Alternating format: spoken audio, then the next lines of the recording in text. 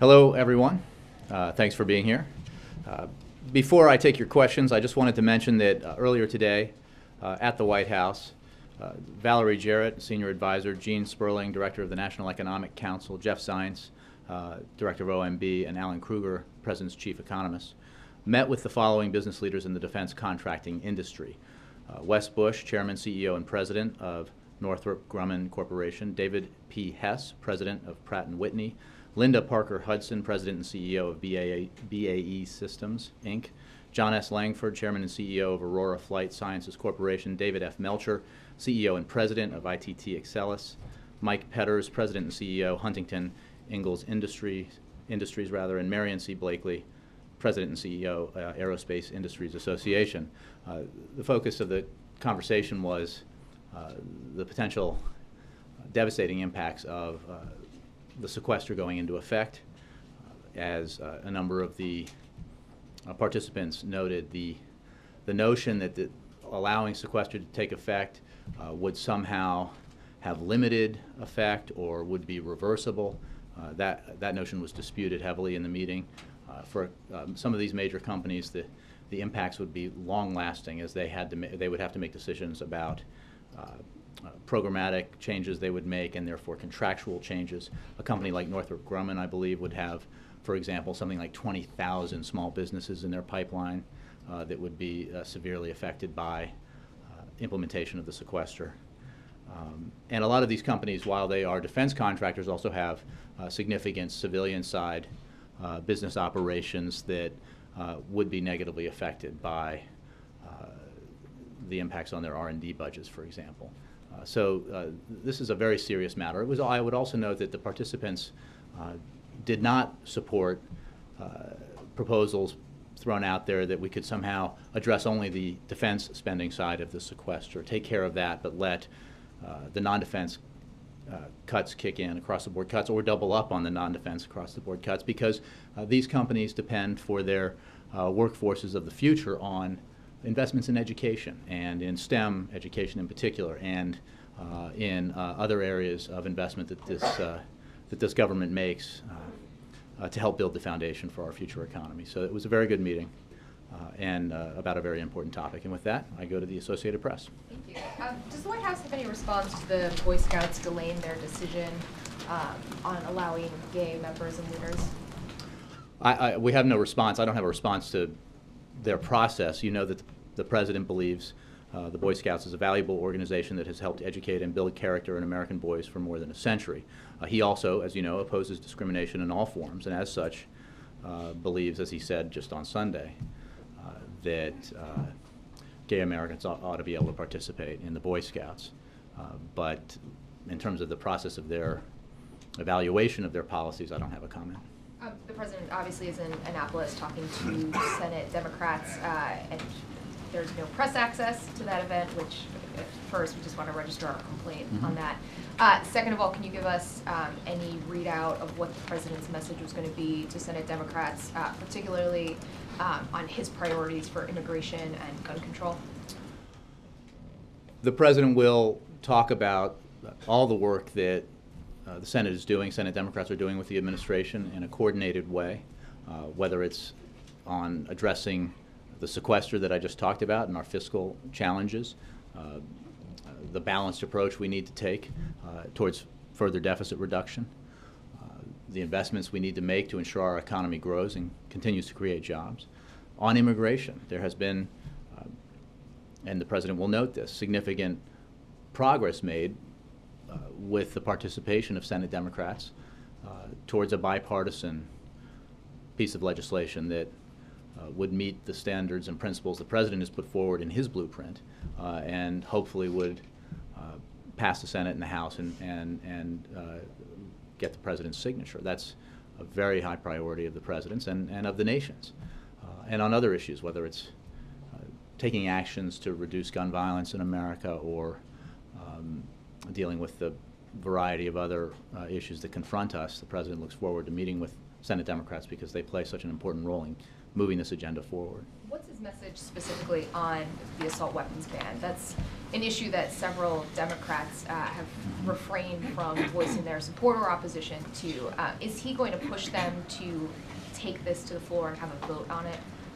The President firmly supports reinstatement of the assault weapons ban. He has long supported that.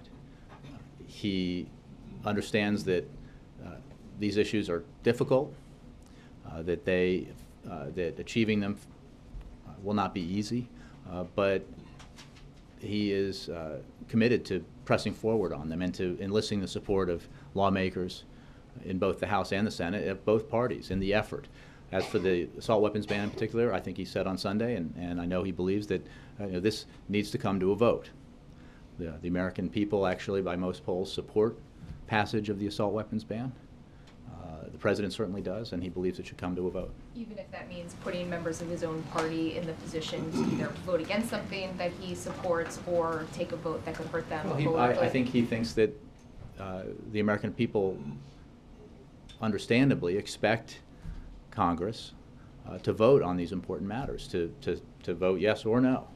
And he would hope that the Senate has an opportunity to do that. Finally, I wonder if you have any update on the President's State of the Union, how he's going through the process of working on that, if there's any sort of message or theme that you can tell us about at this point. Well, I don't have a preview of the speech itself for you. It's a collaborative process between the President and his speechwriter. In this case, Cody Keenan, as I think it's been noted, is taking the lead on the speechwriting team for this, and we'll be getting a higher profile in the weeks to come, internally anyway. But it's these are speeches that the President takes very seriously. He's a writer himself, so he engages at a very deep level on the framing of a speech, on the writing of it, and the editing of it, and the shaping of it. So that process continues. Jeff. Jay, Speaker Boehner said today that he would not support a delay in the sequester without further spending cuts. And the reaction yesterday from Republicans, largely to what the President said, was negative. How do you plan to overcome that opposition? And more specifically, will the President give any details about what spending cuts he would like to see in a short-term package? Well, the President was clear yesterday that he believes if we don't have the time, or the Republicans are not inclined in the short term to accept the offer that he put forward to Speaker Boehner, that would resolve the sequester and then some when it comes to deficit reduction in a balanced way, that we should, at the very least, take action for a temporary buy-down, just as we did at the end of the year, of the sequester in order to prevent the terrible impact of the sequester if it were to take place, and to give Congress the time to continue to work on a budget process that the President hopes and others hope will produce a balanced approach towards further deficit reduction. So a balanced approach means spending cuts as well as revenue through tax reform. We will work with Congress on a package that would do that.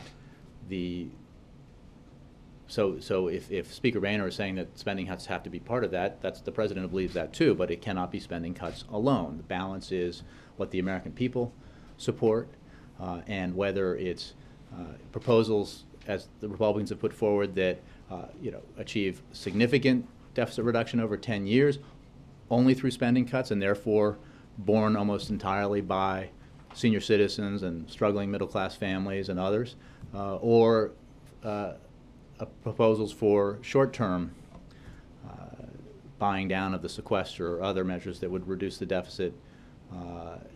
It has to be balanced because the principle is broadly supported by the American people. It's the right economic principle to apply.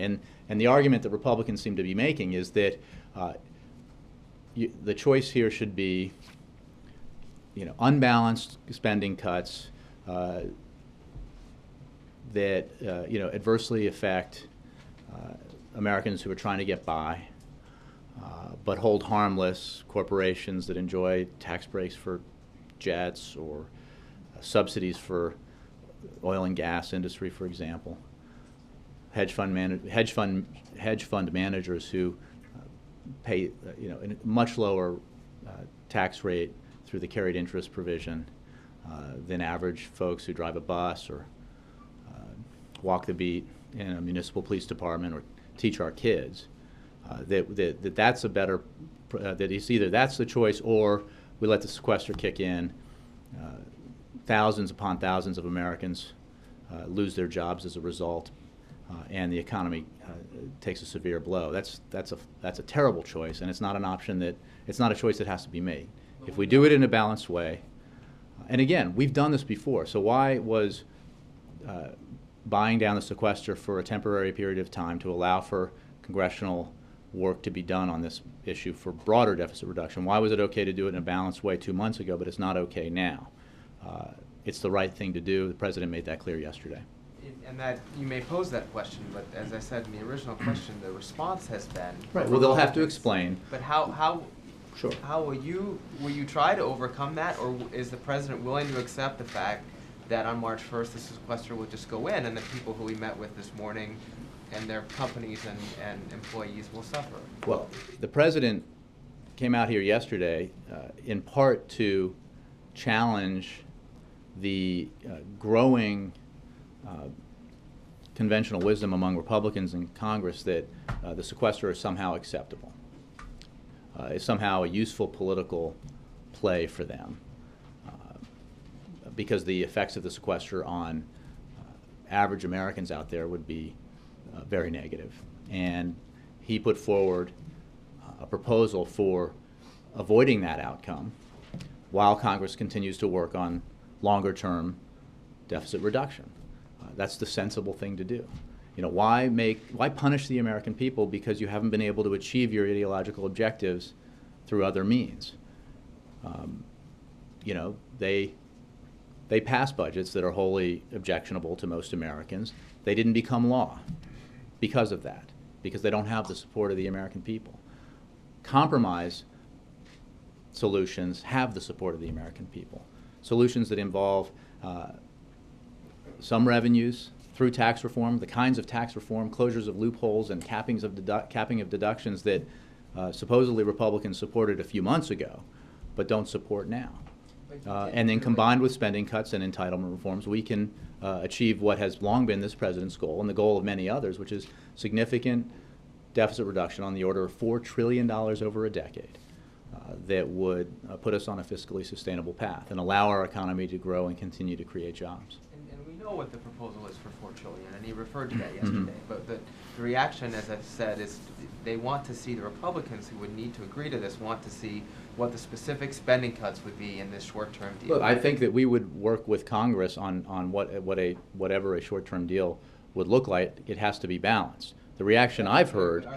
Do you have any meat on the bone for that right now? We will work with Congress. The meat on the bone in terms of what balance would look like is available in the bigger plan, and obviously you would take. He's proposing a shorter plan. Jeff, I think here are the facts. We propose a specific option for the Speaker of the House. It was a compromise that was far more detailed than anything we ever saw from the Republicans in that process, both on the spending cut side and on the revenue side. The President made clear yesterday, and I've made clear, that deal is still available. If you want to pursue balance in a short-term deal, then you can look to the options provided in the President's proposal for both spending cuts and reforms and revenues. And you can, when it comes to revenues, you can look to the language that Republicans used when they talked about how we could achieve significant revenue increases from wealthier Americans through tax reform alone. So if it was true then, it must be true now. I'm going to go a little to the right here, then to the left. Jay, thanks. I want to go back to the drone strikes. The New York Times is pointing out that a number of military and intelligence officials have expressed concern that the drone strikes might actually be creating more militants in areas like Yemen than they're killing. Is that one of the effects? Are they having the reverse impact? Well, I would, in terms of the broader effort, I would refer you to the Pentagon. But the broader effort in terms of dealing with Al-Qaeda. But the fact is, as John Brennan and others have made clear, our counterterrorism efforts are designed, including our targeted efforts, to limit civilian casualties. And I think any fair assessment of those efforts would draw you to the conclusion that they have significantly limited civilian casualties. I think Civilians have been killed. Well, again, I'm not disputing that necessarily, although I won't talk about specific instances.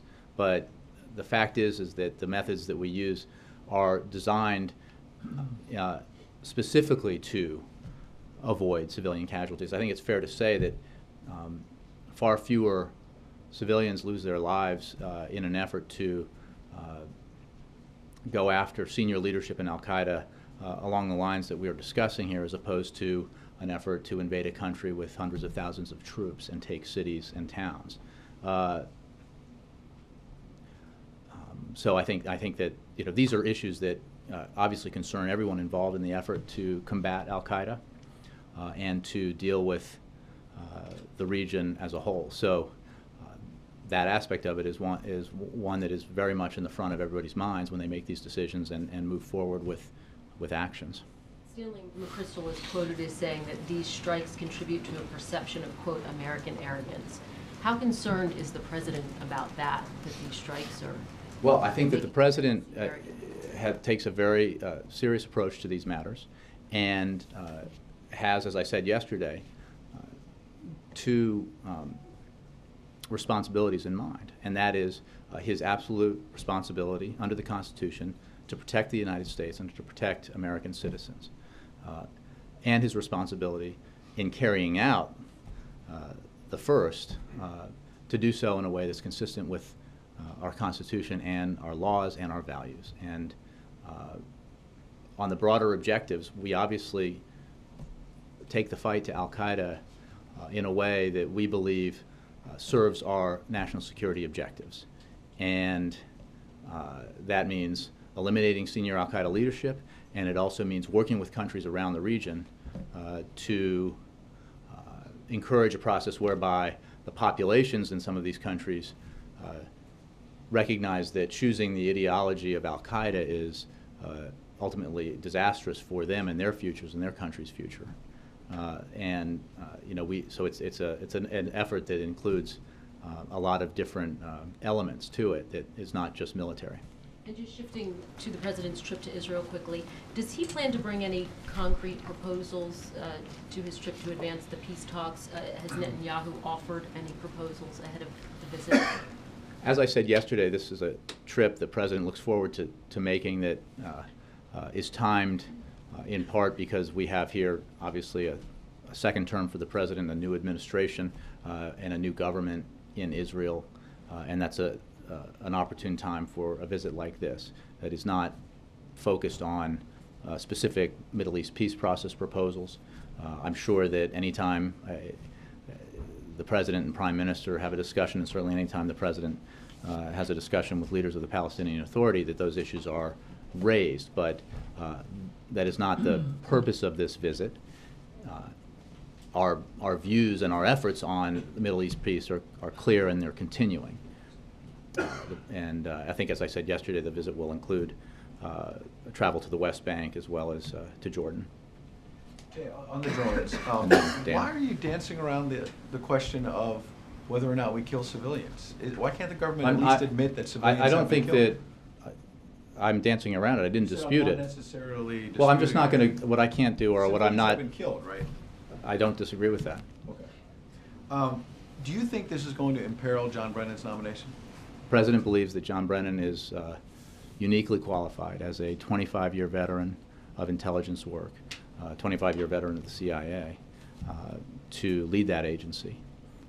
And as the President's top counterterrorism advisor these past 4 years, he has done extraordinary work in the effort to combat Al-Qaeda.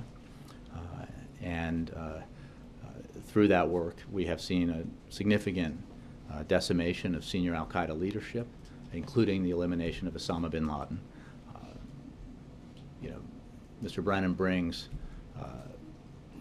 I think, not only a vast amount of experience, but a significant perspective on the battles that we wage in this effort and the right way to conduct them. So the President believes that the Senate should and will confirm John Brennan expeditiously. Two other quick questions. CBO yesterday in a report said that the President's health care law is going to push 7 million people out of their job-based insurance coverage.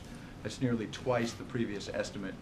In fairness, it seems like it's not because of the original health care law, it's because of some tax changes in the fiscal cliff talks that in part is causing this change.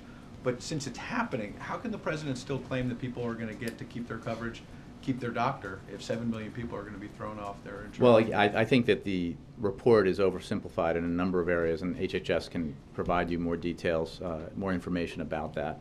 The bottom line here is that no matter where you live, on January 1st, 2014, an insurance marketplace will be up and running, and consumers will have more access to quality, affordable health insurance coverage. We've seen just in recent days and weeks states led by both Democrats and Republicans stepping forward to implement the Affordable Care Act.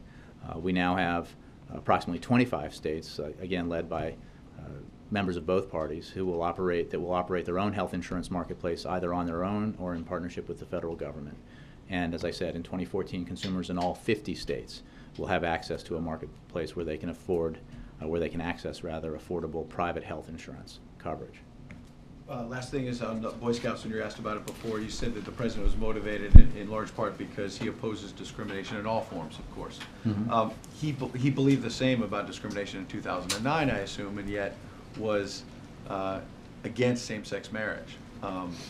What has driven his evolution on issues like same-sex marriage? I think the President gave a lengthy interview about just this very topic to Robin Roberts last year.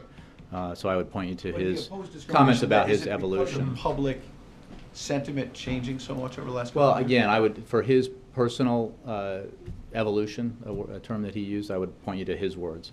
I think that there's no question, as many have written about and commented on, that our country has, as a whole, evolved significantly in our view, the public's view of these matters. And the President believes that's a very good thing. Yeah. Does the President owe the American people a clearer explanation about the standard or the threshold for killing Americans overseas? I think it's an excellent question. It's the one the President it is one that the President takes very much to heart and very seriously. He thinks that it is legitimate to ask questions about how we prosecute the war against Al-Qaeda. It is something that he has discussed internally. It is his belief in these issues, his belief that we need to move forward with more transparency, as well as create, in his words, a legal framework around how these decisions are made that has led to, I think, unprecedented levels of information provided to the public about how we do this, including the speeches that I talked about yesterday from John Brennan and the Attorney General and others, Jay Johnson and others. So, and the President fully expects that process will continue because these are issues that he believes are very important. As I said before, his high responsibility here as Commander-in-Chief is to protect the American people and to protect the United States from threats like the threats posed by Al-Qaeda. It is also his high responsibility to perform that function in a way that is consistent with who we are, our values, and the Constitution. And he believes that it's wholly legitimate to examine these issues and to have conversations about them. And he is engaged here internally in a process that I think reflects his views on this. I think he said late last year in the fall, one of the things, this was in an interview, and I'm quoting the President, one of the things that we've got to do is put a legal architecture in place, and we need congressional help to do that, to make sure that not only am I reined in, but any president is reined in terms of some of the decisions that we're making. So, he's talking about this in a very deliberative and thoughtful way about how we move forward as a nation on these issues. because obviously these are questions that will be with us long after he is president and long after the people who are in the seats that they're in now have left the scene. And can we expect him to address this in a public way anytime soon? Well, I don't have any scheduling announcements to make or remarks to preview, but I just wanted to convey to you the seriousness with which the president approaches these issues, and he respects the questions being asked. I think, again, while the white paper that was produced by the Department of Justice for senators was not a public document, as I noted yesterday, it did represent an effort in our providing of information to the applicable members of Congress to explain the legal concepts and legal theories that undergird the decisions that are being made. Jay, on that question, I'm still with Dan. One more thing on the budget. We're at a place now that we've been at several times over the last few years when it comes to fiscal matters, and that is there is a looming deadline, and then the White House will have meetings with people who are talking about dire consequences if something doesn't happen. What do you say to the American people who are just simply frustrated with this cycle that they've sort of gotten used to now for several years? We agree with their frustration. The president understands that frustration, the dysfunction that often dominates the way we govern here in Washington is a source of frustration to every American who's paying attention, and every American for whom the dysfunction has an adverse effect on how they live their lives and maybe their livelihoods. That would certainly be the case if political calculations were the result of that resulted in the sequester kicking in because of a desire to achieve some sort of ideological objectives in a way that would throw a lot of Americans out of work and do obvious harm to our economy. The president talked about this, I think, on a couple of occasions. He said we have to get out from under the cloud of crises, this mode of governing where we sort of go from, as you described it, crisis to crisis in these confrontations. We need to go about our business in a way that's allows for compromise, that rejects sort of absolutist positions that have no, the adherence to absolutist positions that won't become law and that only drive us to brinksmanship. The president has practiced that in his approach, sometimes causing himself political peril, but he has believed that that's the right way to do this. And going to the aspect of this that involves reaching out to people like defense contractors or traveling around the country to engage, that it's a reminder that what happens here and the decisions made or the failure to act, all of this has an effect on people around the country. It's not just a parlor game here in Washington. These are real world decisions that significantly affect our economy and the American people. So he would wholeheartedly agree with the sense of frustration Americans have about this kind of governance, and he hopes that we can move beyond that and return, if you will, to sort of more regular order when it comes to how we deliberate about our budget process, how we move forward on reducing our deficit. The options for that path is open and available. Compromise is the way to achieve it. And so is the White House just pointing the finger of blame at Republicans? No, not at all. I mean, again, I think if you saw in the president's proposals that, as he made clear yesterday, are on the table to be taken up, you saw tough decisions for a Democratic president. You saw a willingness to compromise on the scope of revenue that he believed should be included in a big package. You saw significant spending cuts on top of the already significant spending cuts this president has signed into law. That's the kind of spirit of compromise that he believes is required when we're just trying to get work done for the American people and trying not to, do harm to the economy, let alone help the economy, which is what we should be doing. Jay, on that question of the drone strikes, Senator Wyden today is saying that he is going to, quote, pull out all the stops to force the administration to turn over the actual legal analysis. behind the justification for the drone strikes, not the much discussed white paper, but the actual legal memos. That sounds to me like a senator raising the possibility of a filibuster. What is your answer to Senator Wyden? Will the Intelligence Committee, will the Congress get the actual legal analysis used to justify those strikes? Well, without discussing specific actions or cases or memos, I can say that the President has been and is committed to working with Congress on these matters and to providing information to Congress, and that process continues. You know, I think it's important to note, and I should have said this yesterday, that when it comes to some of these matters, the information that is kept secret is kept secret for national security reasons, not to keep it from the American people, but to keep it from those who plot daily and continually to do harm to the United States and do harm to the American people. That is the premise behind which decisions like that are made. Having said that, again, broadly speaking, not referring to any specific operation or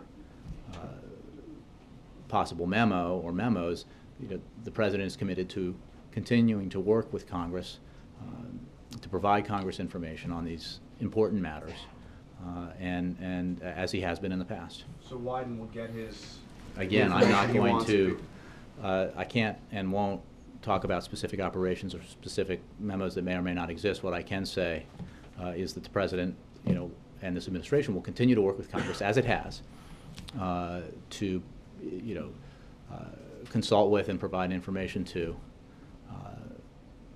appropriate members about these important, weighty matters. An entirely different subject. Mm-hmm. The post office is saying it's going to do away with Saturday delivery. Does the President have a problem with that decision?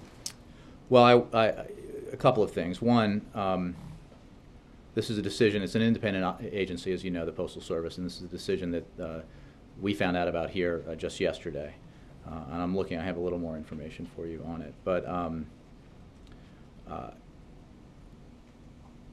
so let me just make that point. The second point is that we put forward a year and a half ago a series of proposals for reform of the Postal Service that would put it on much more firm financial ground, and it passed the Senate. Unfortunately, the House failed to take it up.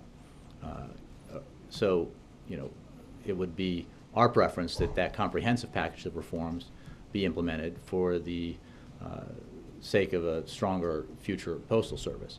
But we're looking at this particular action now, and you know, I can't really evaluate it yet since we just found out about it yesterday. You mentioned a minute ago that the President wants to put a legal architecture in place for the drone strikes. What steps is he taking to do that? Is he proposing something to Congress? Is he asking them to come up with it? Again, I think this is, I was quoting the President, and this is something that he and others have talked about. Mr. Brennan has said in the past that we're trying to, quote, what we're trying to do right now is to have a set of standards, a set of criteria, and have a decision-making process that will govern our counterterrorism actions so that irrespective of the venue where they're taking place, we have a high confidence that they're being done for the right reasons in the right way.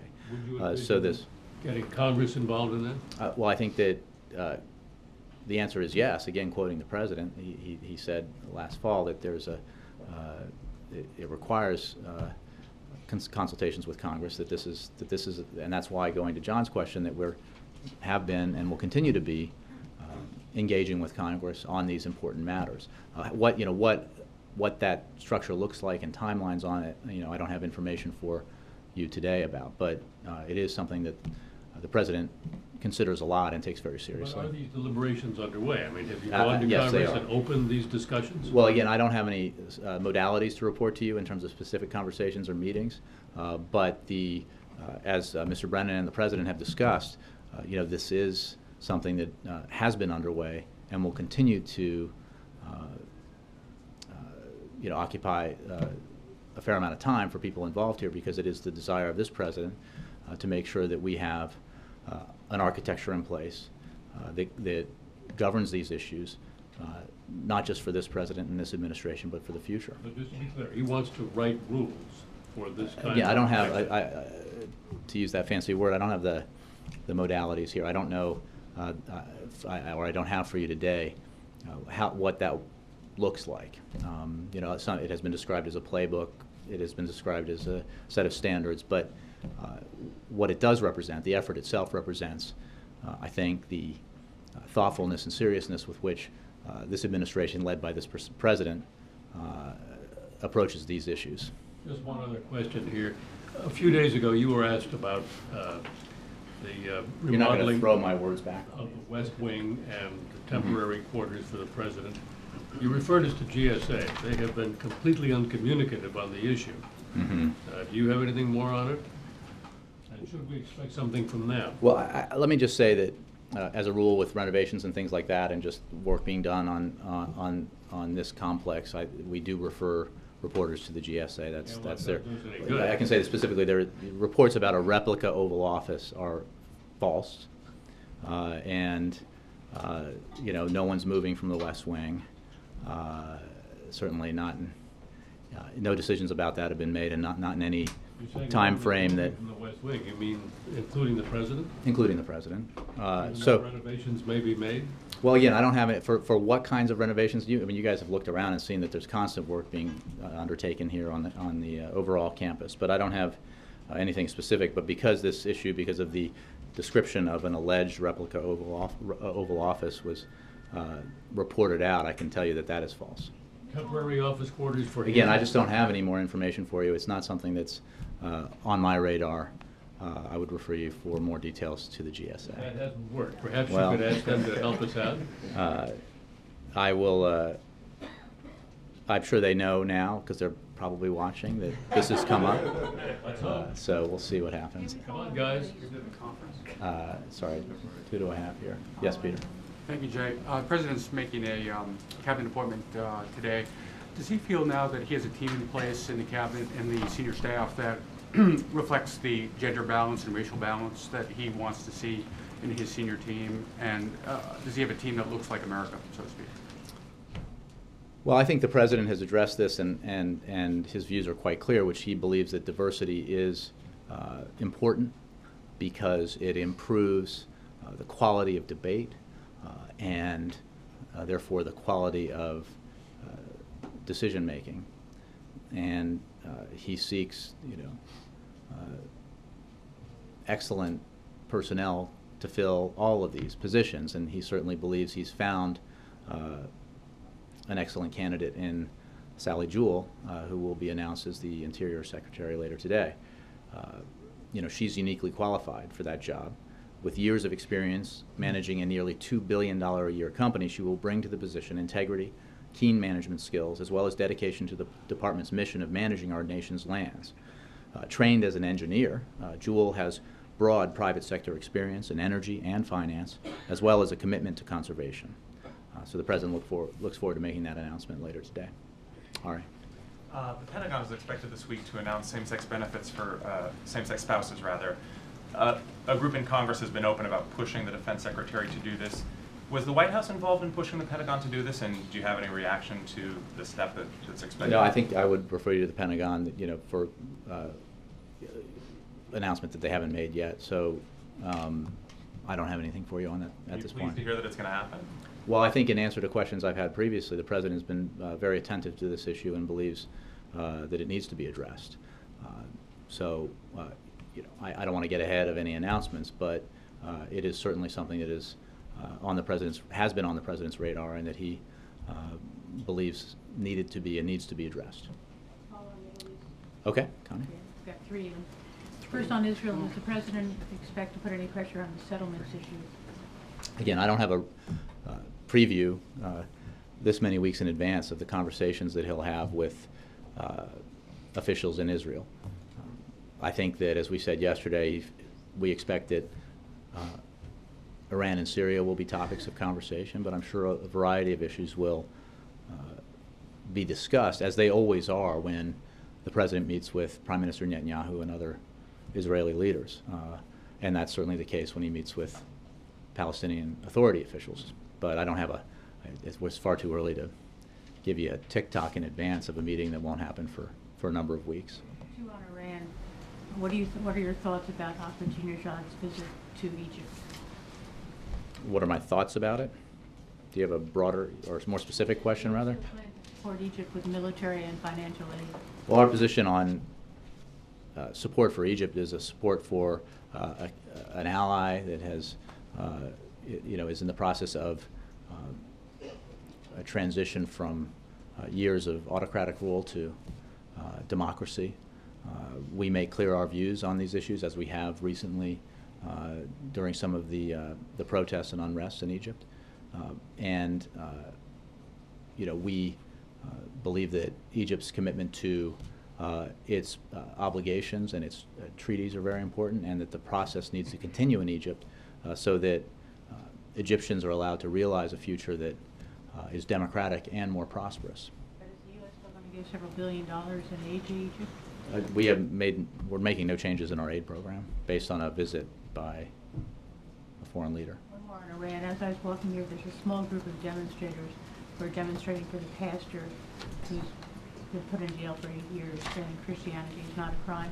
Does the U.S. have any leverage at all to try to get this man out of jail? Well, the State Department has been taking the lead on this matter. I've answered questions about this several times in the last couple of weeks, and it is of concern to the President, to the White House, to the administration, we have made clear our view on this. But for specifics in terms of what we're doing, I would refer you to the State Department.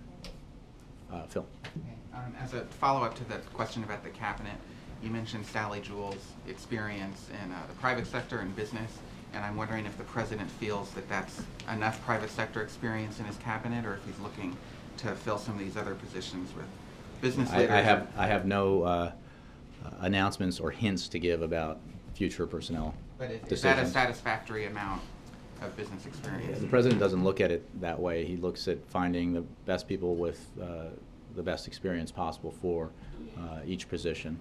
He, as I said in answer to the question earlier, believes that diversity is an important goal because diversity enhances debate and enhances the decision-making process. But I don't have any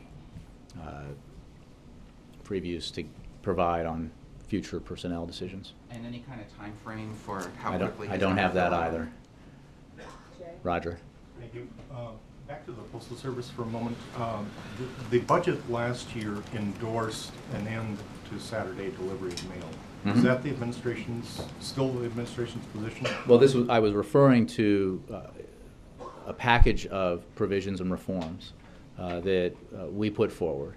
The Senate passed a version of this, but the package is what's important. It is true that as part of these reforms that we proposed, that change in delivery service was included, but the overall package is what's important here, because the issue is, again, I'm not judging at this point because we're reviewing the action announced by the Postal Service, but our view was that there need to be a series of actions taken to help make the Postal Service more financially sound, and that's why we put together that package of proposals. So it was one element of a more complete set of actions that we regret the House failed to act on. A follow-up. The Postal Service says that it has its own authority to decree an end to Saturday mail delivery, but legislation on the Hill is split. Does administration take a position on that? Again, this is related to a decision they just announced and we just found out about, and we're reviewing it. How did you find out about it? Yesterday. Well, it was yesterday. I'm not sure through what means, but it was only yesterday. But does the White House agree with the Postal Service that it has... Again, you're asking me for a legal judgment here that we have not made. We're reviewing the decision, or the announcement, April. And then... There's been a long-standing issue about the Haitian immigrants who are turned away from U.S. shores. Wade Henderson was part of the group meeting with the president yesterday, a group of progressives, and he said that issue is on the table about the Haitian immigrants. They've been turned away from U.S. shores when Cuban immigrants are allowed to come. What is on the table? What is the president considering when he deals with the issue of the Haitian immigrants? You've seen what the president's comprehensive immigration reform package looks like. I haven't had that discussion with him, so I would have to take the question. Obviously this is a process that we're hoping will continue in the Senate in a bipartisan way. The president's made clear that he wants to give the Senate space here and time here to continue the progress they've made, but that he will also, if he perceives that action is stalling or not happening at all in the Congress, that he is prepared to submit his own legislation. I just don't have anything for you on that specific issue. To follow up on that, though, for such a long time, the face of immigration or immigration reform has been the Hispanic community. We see that the Asian community is involved now, and the African American community is involved now, and there is that component. What else is the president willing to give to those communities, the Asian and the Black communities, in the way of immigration reform, along with the Hispanic community? April, I think the comprehensive immigration reform is not about a specific community. It's about a problem that we need to address as a whole. We have a system that's broken, and there have been bipartisan efforts in the past to address it. We hope that we are at a point now where a bipartisan effort can move forward again to address it, that follows the principles and the specifics that the president has laid out. So again, this is not about one community here. This is about an American problem that affects all of us. It affects our economy. It affects fairness for the middle class. It affects our businesses directly, and it affects those who don't have legal status here in the United States, and with all the impacts that that fact has on our economy and our nation. So we need to address this comprehensively, not narrowly, precisely because of the scope of the challenge, and that's the best way to get something done in Congress. But just to be clear, the reason why I asked that, he did have the Asian community, the Black community, and the Hispanic community out there represented, coming together because each community has a large number of undocumented in this country. So you're saying not singular. I think your question reflects my answer, which is that this is well, when it comes to immigration in this country, it's not about a specific community. It's about a broader issue. Thanks, Jay. Kathleen, I think I was going to call on you, and then I'll go. One more on the announcement later today. I think Bruce Babbitt is quoted in the Times this morning, today, criticizing the administration, saying that in the tug of war over opening lands to oil and gas and protecting lands, that the industry has been winning too often. I'm wondering what you'd say to that, and then if his nominee, the choice of nominee, signals any change in policy on that front. I think the president is rightly proud about the fact that oil and gas production, since he's taken office here at home, has increased each year. And domestic oil production is currently higher than at any time in nearly a decade, and natural gas production is at an all-time high. The United States is less dependent on foreign oil than at any time in nearly 2 decades. Those are very important developments for our economy and our energy security. It is also the case that this president has pursued development of energy at home in a responsible and safe way. He believes that that is vital as we continue to make ourselves more energy independent. So both of these principles are move forward together, and the president believes that in implementing our approach to conservation as well as implementing our approach to energy, Sally Jewell will be an excellent Secretary of the Interior in carrying that agenda forward. Thanks all.